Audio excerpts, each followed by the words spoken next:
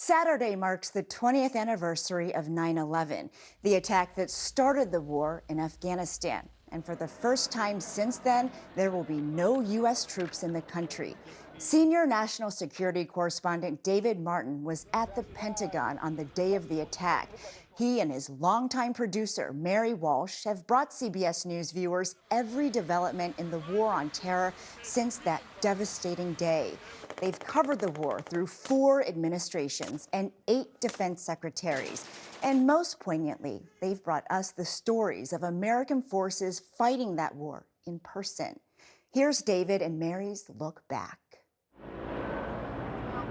With the Pentagon still burning and bodies trapped in the rubble, it was a small victory near the end of the day on 9/11 for Defense Secretary Donald Rumsfeld simply to hold a press conference. The briefing here is taking place in the Pentagon. The Pentagon's functioning.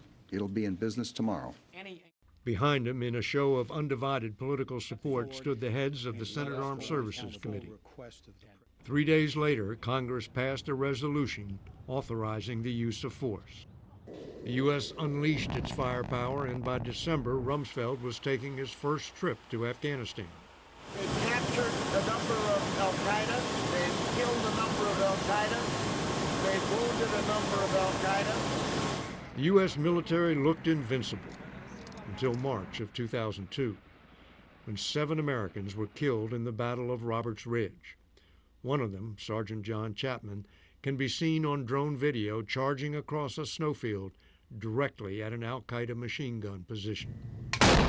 American troops were tough and they were brave, but so was the enemy, fighting under the constant threat of being annihilated by airstrikes. As in all wars, it came down to fighting as much for each other as for any cause. Army Captain Will Swenson put his wounded Sergeant Kenneth Westbrook on a medevac and gave him a kiss before returning to battle. We had a moment, we looked at each other. He almost had a smile on his face. Did you ever see him again? I never saw him again. 1 month later, he passed away at Walter Reed. Osama bin Laden was killed in 2011, but the war ground on. In 2012, we visited the wounded at Walter Reed, where amputations, many of them multiple, were running at more than 20 a month. What was the damage? Both legs amputated. Staff Sergeant Eric Myers was on his 3rd tour in Afghanistan when he stepped on a booby trap. You know, most of the people back here think the war's winding down.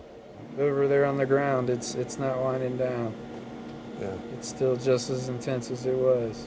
The hard truth at Walter Reed was that Afghanistan changed them more than they changed Afghanistan. Now the war has come full circle.